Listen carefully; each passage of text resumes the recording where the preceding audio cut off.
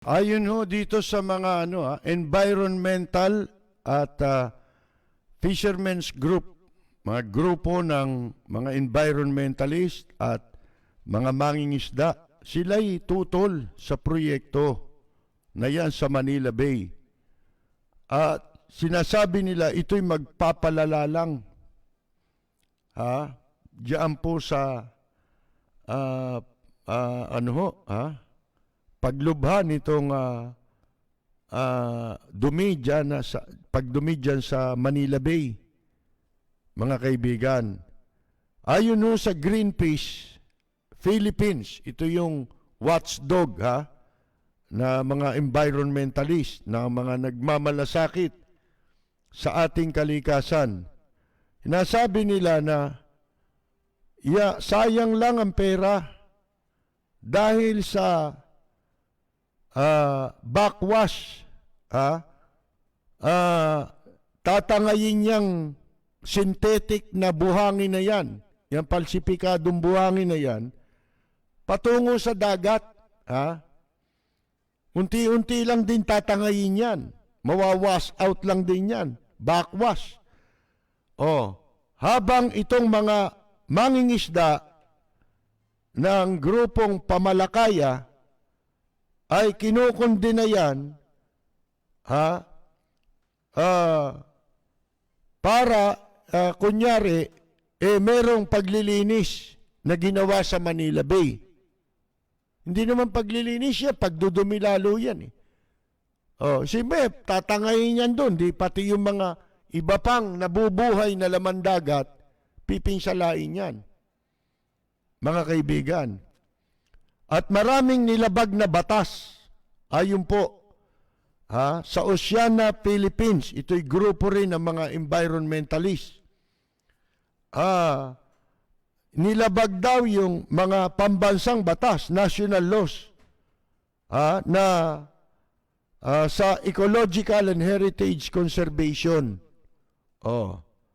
Ayon dito sa kanilang presidente, si Gloria Estenso Ramos, ang DNR ay hindi po nakapag-comply o sumunod sa mandatory environmental impact assessment study required under Presidential Decree number 1586 at ng Philippine Fisheries Code of 1998.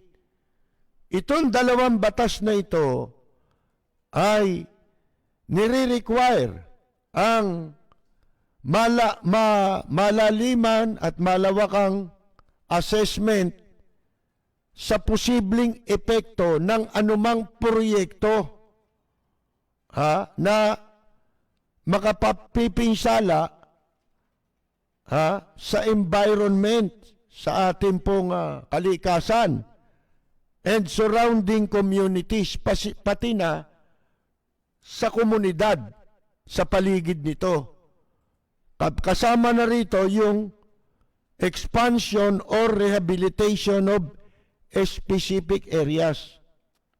Mga kaibigan, ang sabi ng DNR, hindi na raw sila kailangan mag-comply.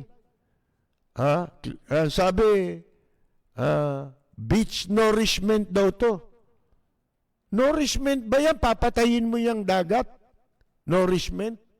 Tsaka pangalawa, environment, di ba? Yang sinasabi nila, tourism project yan eh. Di ba? Bakit DENR ang nagsasagawa? Isa yun, ang sabi, nitong ang pangalan ni Batumbakal, ito'y ano rin ito, expert din ito eh. Ano ba pangalan nito? Apelyido'y Batumbakal eh, mga kaibigan eh. Hanapin ko lang yung pangalan niya, si J. Batumbakal, Maritime Affairs Expert. and University of the Philippines Law Professor. Ayan ang pangalan nito, J. Batumbakal. Ang sabi ho niya, mali, yung sinasabi ng DNR na hindi nila kailangang mag-comply o sumunod sa anumang requirements dahil ito'y isa lamang beach nourishment. Mga kaibigan, ang sabi ni Batumbakal, as long as there is a potential negative effect, there is a need for that. In fact, you can only find out if it has adverse effects if you actually comply with the environmental impact assessment. Noong 2008 pala, ito sinasabi sa ruling ng Korte Suprema, inaatasan yung 13 government agencies pala ang inuutosan dito, hindi pala LGU. 13 government agencies na linisin, maglinis, at i-rehabilitate ang Manila Bay. Alagaan, di ba? There was no mention of a beach nourishment plan. At saka yung pagtatambak tinatambak nila ngayon, wala namang ganun eh. Ang sabi clean up and rehabilitate. Linisin at alagaan. Hindi ba, mga kaibigan? Ayan ho. Ngayon, sabi ko nga sa inyo, hindi rehabilitation yan. Mga kaibigan, yun din ang sinasabi nitong mga pumupuna. Ngayon, smoke screen yan. Tandaan ninyo yan. Mga kaibigan, merong napakalaking project dyan. Sa Pasay, 9 kilometers ito. Isipin mo. 9 na kilometro. Ang inaprobahan na project para sa reclamation. Tatambakan yun. Mga kaibigan, ano yan? 360 itatayo, Pasay 360, isang business district. Gagawing business district yung 9 kilometers na yan na itatayo ng pribadong developer. Kung matandaan ninyo, sabi ni Presidente Duterte, never in my administration, my term, na papayagan ko yung anumang proyekto, development, dyan, yung itong reclamation na pribado. Hindi raw niya papayagan yan. Tingnan mo itong private developer, and Pasay 265. Dalawa ito pangalan. Pasay 265, Pasay 360. Itong 265, backed by a public-private partnership that includes a subsidiary of Chinese state-owned developer, China Communications Construction Company Limited. Ito rin ho, yung tumitirada ngayon dyan sa Sangli Point, mga kaibigan.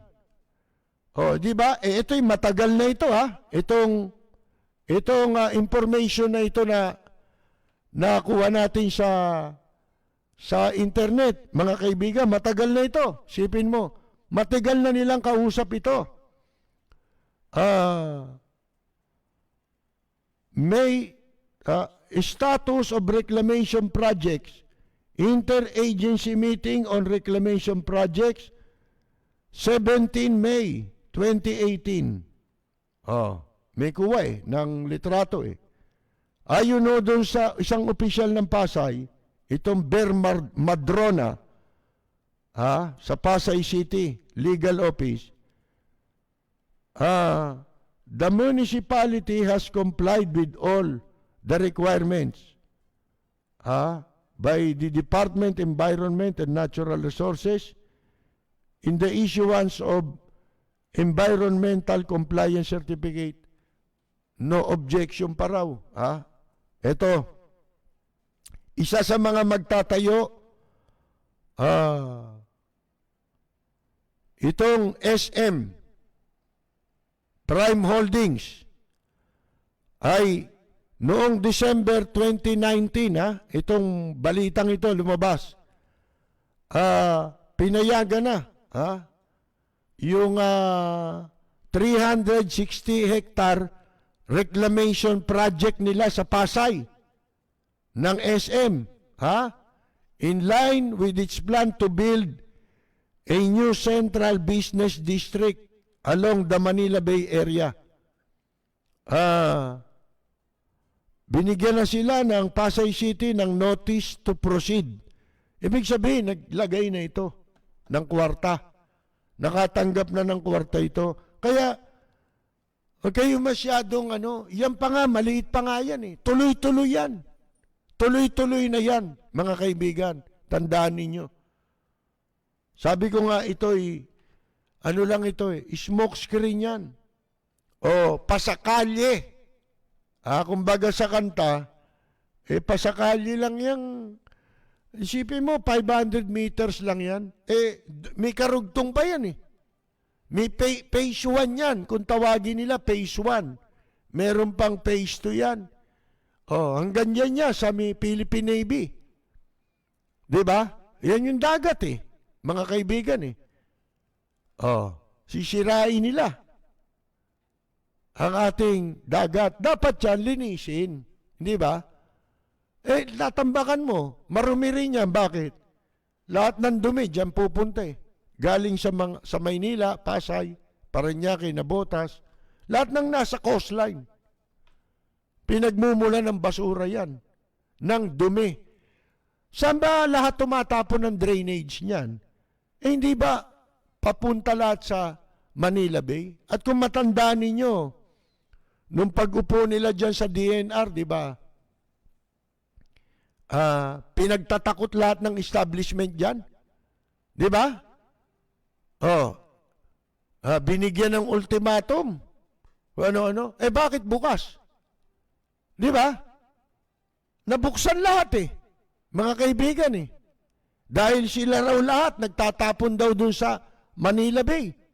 Yung mga drainage nila, dun lahat ang punta. Saan pupunta yun? Kundi dyan, di ba? Ang kailangan mo dyan, yung treatment, di ba? Kung paano tatapon dyan yung mga dumi na pagdating sa dagat ay malilinis na. Hindi ba? Nagagamot na, meron ng treatment. Saan mo itatapon yan? Sa hangin? Ano gagawin mo? Pataas? Yung drainage pataas? Tambucho gagawin mo? Laking katarantado. Yun ang gawin nyo dyan, linisin nyo. Pinaputi mo nga yung kuwan. Dyan din ang tapon eh. Pag umulan, bumagyo, lahat ng basura, puntahan dyan sa Manila Bay. Kung saan ang gagaling. Kasi may mga landfill. Yun pala, landfill pala. Ang tawag doon sa dam site, di ba? Landfill. Mga kaibigan, may landfill sa Navotas. Pag bumagyo, saan pupunta yan? Diyan din, sa Manila Bay. Hakutin mo. Saan mo itatapon itong inakot mo? Doon din sa landfill na yun eh. Kasi pabalik-balik lang. Mga kaibigan. Yan po ang problema. Ito ngayon sa Maynila meron din eh. Reclamation dyan. Nung pinlano ito, matagal na ito eh. Natatandaan ko eh. Si Isko, vice mayor pa nun eh. Kinausap na sila eh. Mga vice mayor ang unang kinausap dito eh. Sa reclamation na ito eh. Ngayon, ang lumilitaw, ito, yung China na naman, ang nasa likod po nagagawa dito kausap ng Pasay City, at saka ng Maynila. Bakit? Bakit hindi maaawat ito? Mga kaibigan, alam ba ninyo nung nakaraang 2019, kung kayo naniniwala kayo sa resulta ng eleksyon noong 2019, hindi ko totoo lahat yun. Binibigyan ko na kayo ng example eh. Hindi lang ho sa senador, pati sa local officials. Alam ba ninyo kung sino nanalo noong 2019 election? Si Lim ang nanalo sa Maynila. Ang balita, 1 bilyon pala ang ibinigay sa COMELEC. Package deal. Kung sino-sino mga kasamang hindi mananalo pero nanalo sa COMELEC. Tsaka sa Smartmatic. Package deal ito eh. Hindi ako naniniwalang nanalo yan si Isko Moreno. Mga kaibigan, yan ang totoo niyan. Ano kapalit? Ito eh. Ito yun eh. Kaya hindi pwede nilang hindi-hindian eh. O tutulan eh. Nakakamada na to eh. Noong 2019 election, ito ang kapalit. Mga kaibigan, para ka manalo, isasama ka namin sa dayaan, pangako mo ito. Sino nagbayad? Di yung mga nasa likod nito. Yung Odena ni Dennis Uy, mga kaibigan, ang gumasta, ibig sabihin, diyan po sa 2019 election. Election ba yung selection? Naging selection yun eh. Tandaan nyo, hindi ako pwede magkamali eh. Si Lim nanalo noong 2019 election. Nilagay nila kunyari sa huli para hindi maghabol. Mga kaibigan. Si Era pamangalawa raw. Noong 2016 mga kaibigan ilan nilamang ni Erap kay Lim? Wala pang 3,000. Daya pa yun Nakita naman ninyo ang nangyari nun, di ba? Ipinlas na sa TV. More than 280,000 na si Lim. Si Erap, wala pang 100,000 di ibig sabihin, konti na lang yung bibilangin, tapos na eleksyon sa Maynila. Akalain ninyo, matagal bago lumabas ulit yung pangalawang resulta sa Maynila. Nagkaroon ng brownout doon sa Rizal Memorial. Mga 2 oras bago ulit na i-report ng TV. Yung sumunod na resulta. Ano nangyari? Tumaas yung boto ni Erap, bumagsak na yung boto ni Lim. Ano yun? Sana kung mananalo si Erap, okay lang Pero hindi nababagsak yung boto ni Lim. Di ba? May iiwan na siya ron. Mapapako na siya ron sa numero niya. Hindi Bumagsak nabawasan Ano ibig sabihin nun? Walang pera si Lim Pera lahat yan Yung hayop na walang yung piskal, di ba? Kaya dapat alam nyo, ang daming reforma sa eleksyon. Bakit walang politikong makapagsalita? Paano? Nilalaan nila yun Nire-reserva nila yung koneksyon sa COMELEC. Dahil kung aawayin nila, hindi ka mananalo kung ibubulgar nila. Bakit? Wala silang pakialam dun Bakit? Constitutional body Ang gusto lang nung pera. Mga kaibigan, wala na to. Itong Pilipinas. Sa nakikita ko, wala namang maninindigang Pilipino eh. Sa Facebook lang tayo maninindigan eh. Mga kaibigan. Walang preno kung bumatikos. Malalim at makatwirang komentaryo. Mag-ingat ang mga politikong gumagawa ng kalokohan at baka kayo ay tamaan ng Rapid Fire! Ang taong bayan nagtataka kung bakit sa gitna ng pandemya, yan ang inuuna. Yan ang pinaprioritize. Habang ang buong mundo nakatuon sa paglaban dito po sa pandemya. Yan ang sinasabi ng tao. At sinasabi ni Pangulong Duterte, wala raw pera siya. Kala mo kanya yung gobyerno eh. Wala na akong pera eh. Alam pera, gobyerno. Mga kaibigan. Kaya hindi matutulungan na mga tao. Alam pera, gobyerno magkano yung project na yan? Na ginagastosan ng gobyerno para sa kapakanan ng mga dayuhan. Dayuhang incheck. Sipin ninyo yan. Para yung mga dayuhang incheck magtayo ng negosyo. Negosyo, niluluto tayo sa sarili nating mantika. Eto, sabi ito hindi maipaliwanag ngayon Hindi ba nag-flip-flopping tong si Ahan Chen ng DENR? Yung nakikita ninyo, yan ang masama Naglagay sila sa pamahalaan ng mga gobyerno, peke ang credential. Paano naging undersecretary yan? Ano ni tinapos niyan? Yan yung tinawag na syunga ni Guanzon, di ba?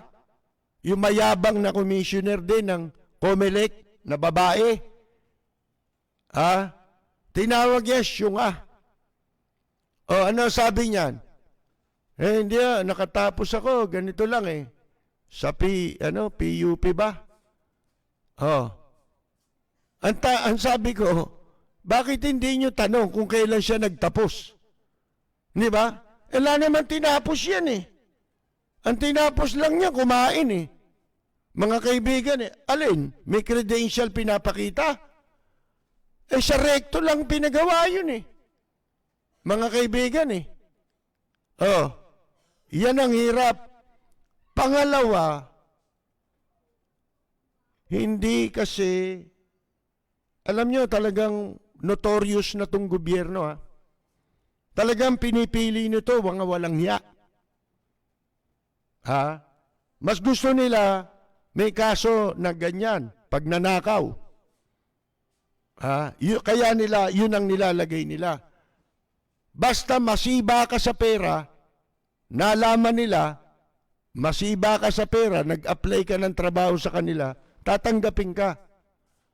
Pero, nakakita ba kayo may kinuha ditong matinong tao? Wala. Nakita ninyo, lumabas ang tunay na mga pagkatao. Katulad niya si Roque.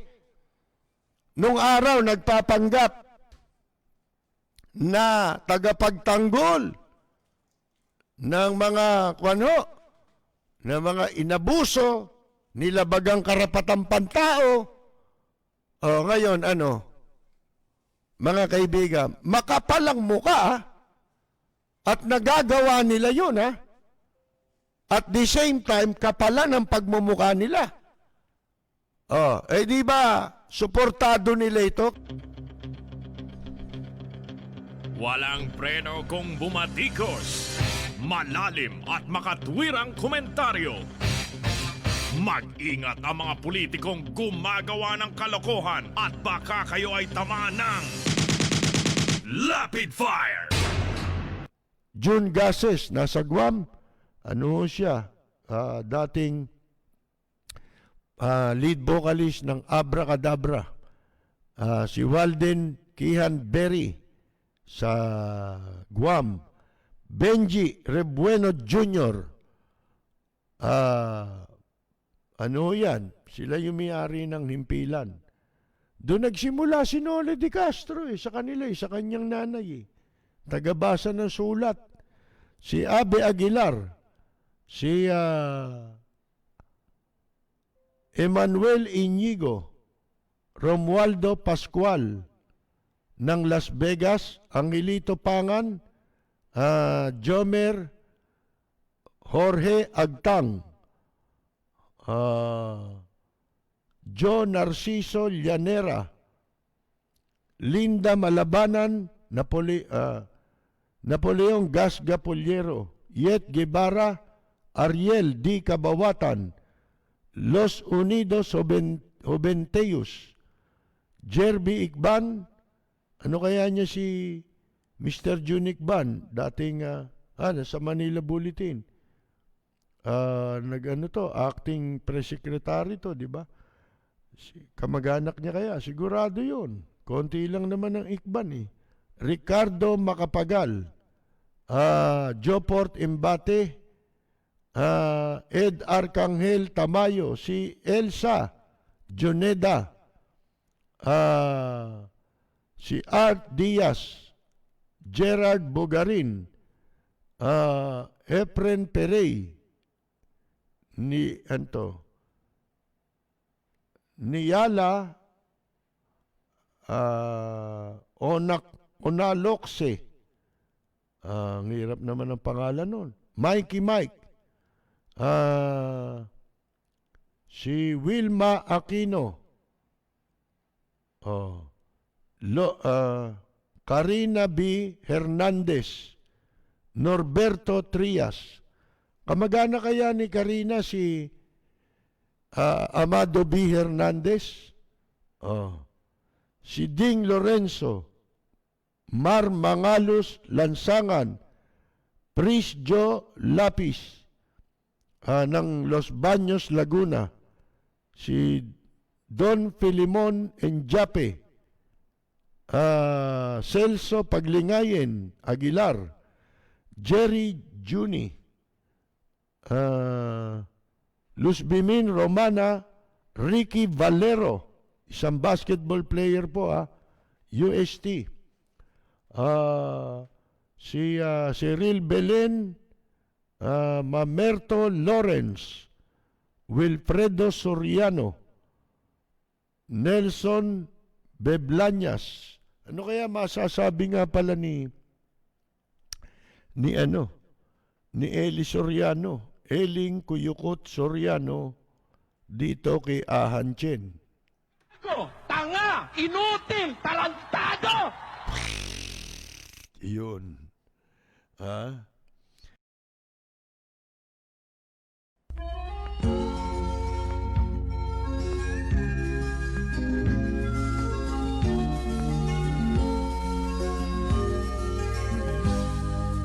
bayan ko ay isa ang lahi, dito'y wala ang pagkukunwari. Hindi padagay, sadyang kilala sa daigdig, may pagkakaisa sa bawat nais. Magandang Yumaga! Yorme Isko Moreno! Sa'yo